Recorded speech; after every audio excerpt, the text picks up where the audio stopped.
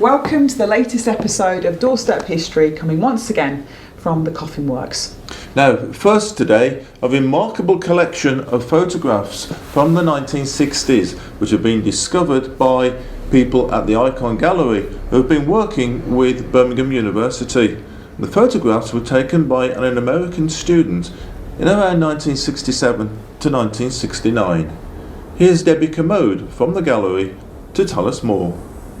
The photographic exhibition, Varna Road, is a collection of photographs that tell the story of Balsall Heath in the late 1960s. It's a beautiful exhibition that really charts the sort of social history of the place, how the people lived, how they worked, inside their homes, on the streets. It's a really gorgeous set of photographs, and I think what's really interesting is that Janet Mendelsohn, the photographer who made the photographs, she herself wasn't a photographer. She was an academic at Birmingham University, and she had the foresight to do what she called was a photo essay. So rather than write about the people in Balsall Heath, she took a camera and she took lots of photographs, very intimate portraits actually of the people that lived there.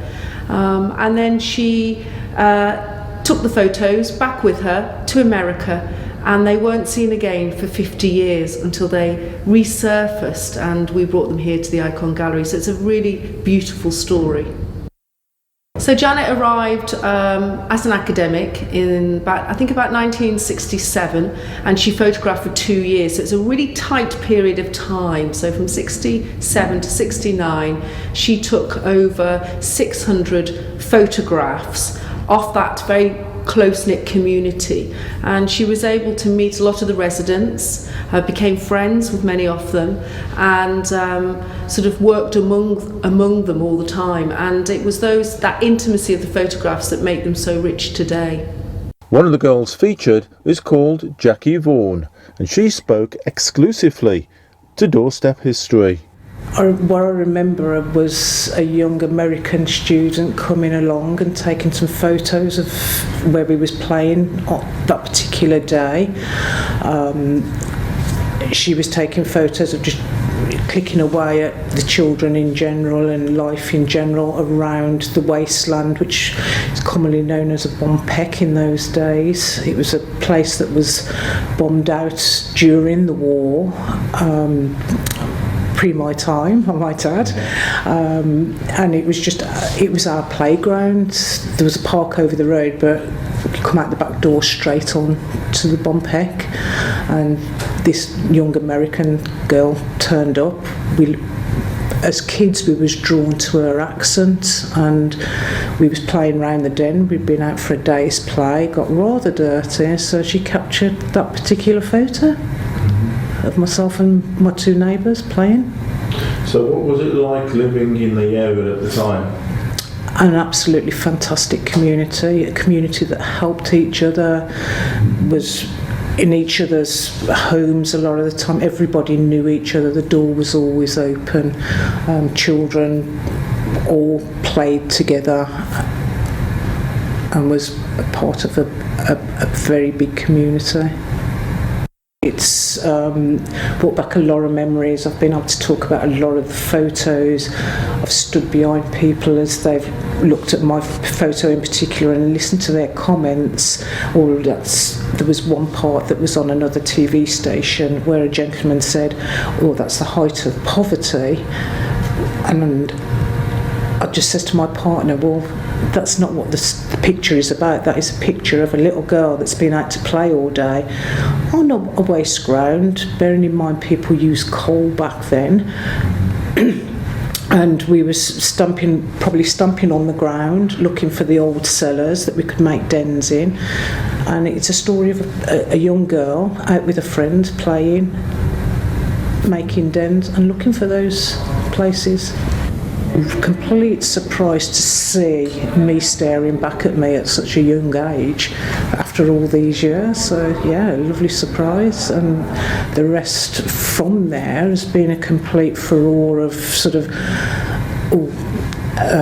people coming in saying, "Is that really you?" And I've sent pictures to show them, yes, it is me. And it's opened up such a big conversation on Facebook, and me finding out about my old neighbours and opening up that friendship back again.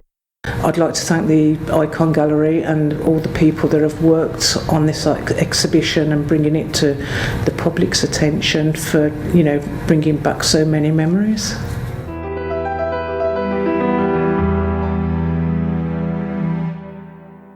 And what a fascinating glimpse into 1960s Birmingham. Now, equally fascinating is the Dudley Canal Tunnel, and Norman has been looking into it. Yes, indeed. Now, the Dudley Canal Tunnel is known to many people, and it's recently undergone a dramatic transformation with the opening of a £3 million visitor and interpretation centre. And the Princess Royal, that's Princess Anne to many people, was there for the official opening. The Princess Royal officially opened the £3 million visitor facility at the Dudley Canal and Tunnel Trust's new portal building, which was completed last September. She met individuals who played a key part in the project. She was then taken on a 30-minute excursion into the heart of the canal tunnel network.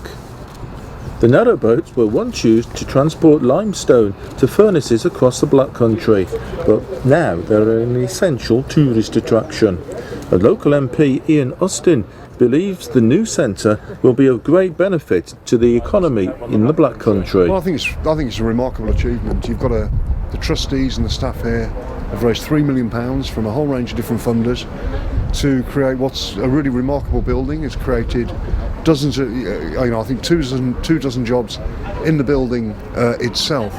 But it's going to attract thousands of visitors, tens of thousands of visitors. Probably the number of visitors coming to the canal network will double. Coming to the canal here will double as a result of this investment. So it's a massive achievement, and it's going to have a big impact on the economy of the area. Meanwhile, the gongoozlers, that's apparently the word for people who sit and watch the world go by on the canal, could watch the royal visitor and then visit the portal building, which contains an interactive exhibition, and it showcases the industrial heritage of the area and in particular, of course, the canals. On returning to dry land, the princess met children from the Wren's Nest Primary School who were studying canals as part of a project they're undertaking into the history of the area. She said, "Have you been here before?" And we was a bit scared and stuttering. So Miss Hall said, "Yeah, we've been here before." And then she said, "What are you doing now?" And we said, "We're painting roses and castles." And then she said, "What are you doing after it?" And we said, "We're going on the canal boats." And the trip on the canal proved to be one of the day's highlights. This or not, but Dudley's had earthquakes in this not too distant past. The last earthquake we had here in Dudley was in 2002, and that was a 4.5 on the Richter scale, which for us is quite an high one. But they put up on this steel coil right across the fault line, just right where we are now, and this is purely to protect our tunnel if we have another earthquake in the future. Just remember all these cabins and tunnels have been dug out by hand, just picks, shovels and gunpowder. No mechanical devices are ever used in these mines to excavate the limestone.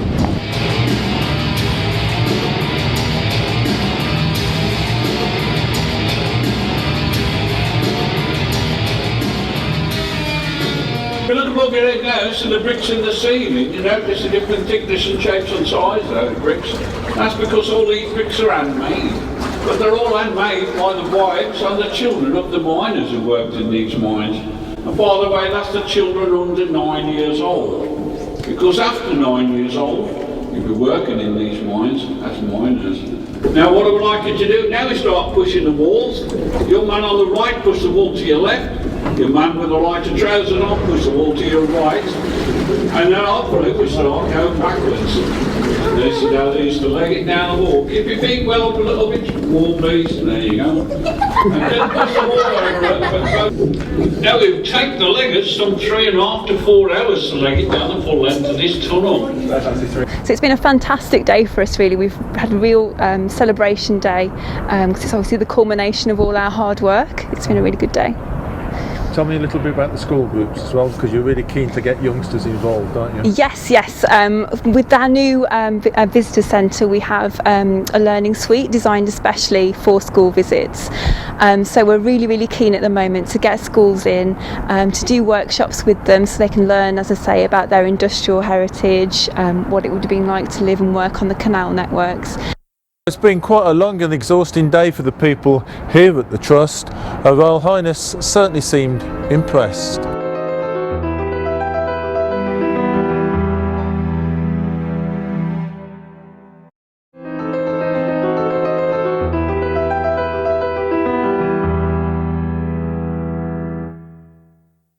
The 75th anniversary of the last major bombing raid over Birmingham during the Second World War is approaching.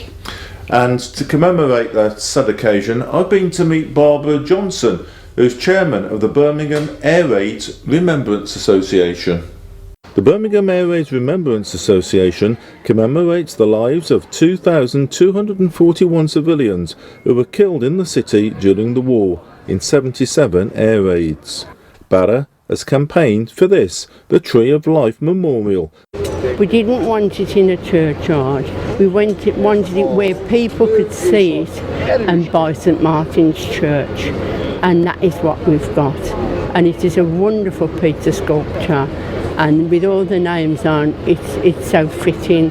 And I'm just grateful to all the people that helped us to get this memorial. Birmingham suffered 365 air raid alerts and 77 actual air raids. These raids took place between August 1940 and April 1943. There were over 9,000 casualties and 2,241 people were killed.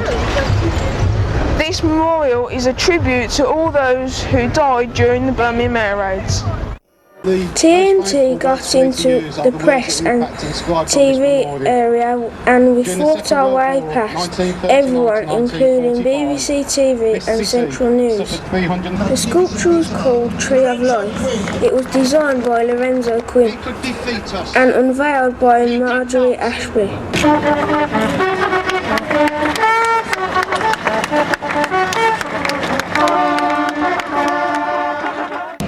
And now we bless this memorial in the name of the Father, and of the Son, and of the Holy Spirit.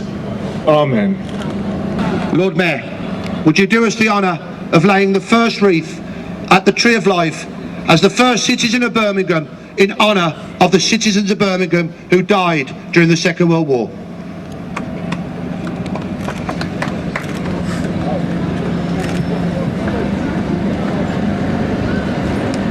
Members of Barra, Birmingham Air Raid Remembrance Association and council people laid wreaths. Loads of people went to look at it and read the names of the war dead. Here with me now is Barbara from the Birmingham Air Raid Remembrance Association. So why did you decide to get involved with the association? I lost my grandparents in the Second World War. I was in the age of 6. And when you lose your grandparents, you don't realise how precious they were. We started off with 13 members in the association, and now we've got over 100. I used to listen to the radio, Mum cried, and I didn't know why. I am speaking to you from the cabinet room at 10 Downing Street.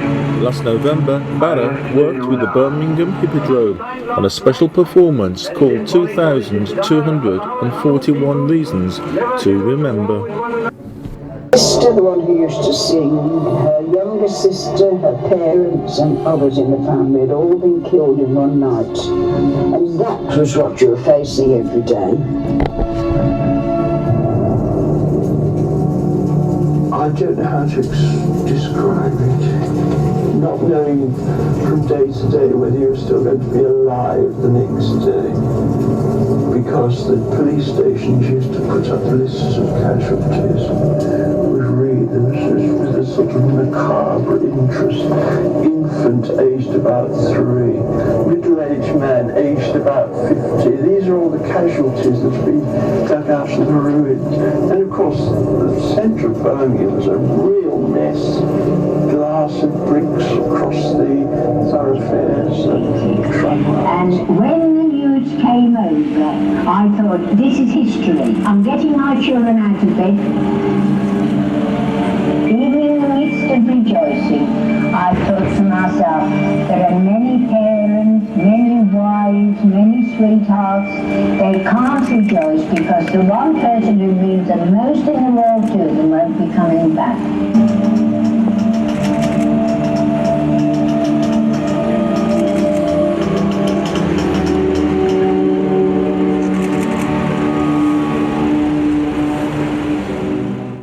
So with me is Les. Now, Les, at the time of the serious bombings that we're talking about, you were just 8 at the time, so you can't remember much, but your sister was a little bit older, wasn't she? Yes, Can you remember what she was saying at the time? My sister told me that the bomb had dropped in Bishop Street and my Aunt Luce and my cousin had died. I didn't know much about it, but she said that my Aunt Luce was making a cup of tea when the bomb came down, and my Aunt Luce wasn't found for another 7 days.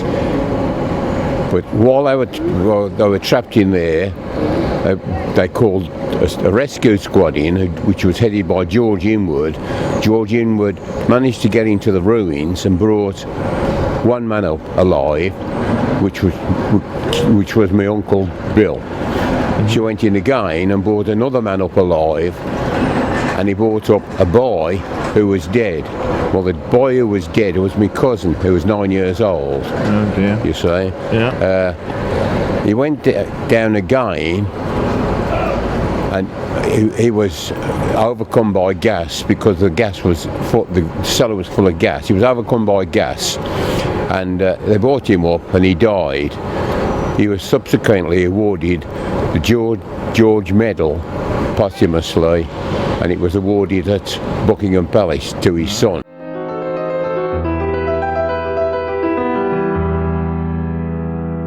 This week has seen a remarkable anniversary. It's the 90th anniversary of this car breaking the land speed record.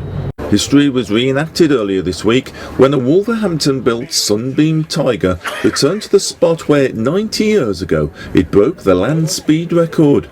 It was on the 16th of March 1926 that this car reached the then astonishing speed of 152 miles an hour, with Sir Henry Seagrave at the wheel.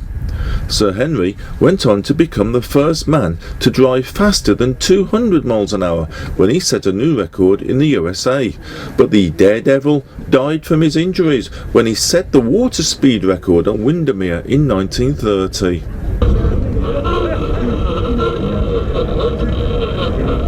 Back on nearly dry land, and to mark the anniversary of one of the proudest moments in Wolverhampton's motoring history, a festival of speed was held in Southport, featuring around 30 vehicles, all of which were built before 1935.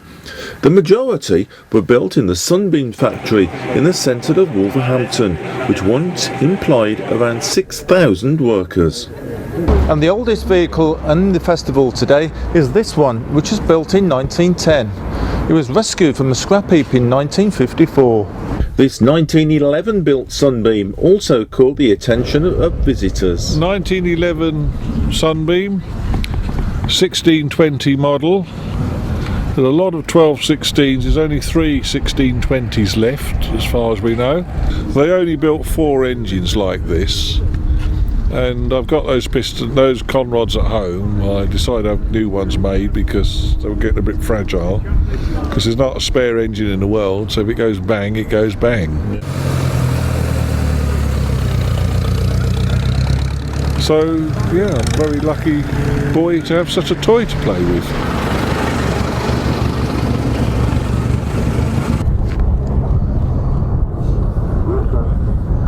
Back on the beach, the cars were put through their paces, and with Blackpool towering in the background, the 1926 record breaker returned to the scene of its original triumph for one last dash along the beach, roared on by thousands of spectators. A moment of history reenacted. So it was exactly 90 years ago today on this very beach that this car broke the land speed record, and it was made in Wolverhampton.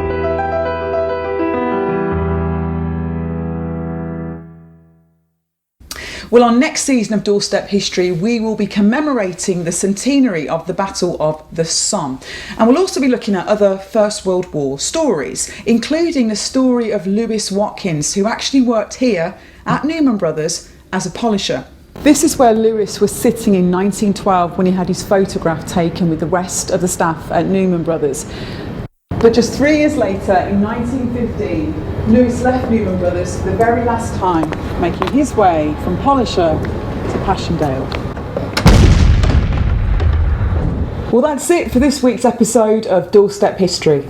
Well, we very much hope you've enjoyed watching the programme as much as we've enjoyed making it. Or you. I think. So there we are. Goodbye and thanks for watching.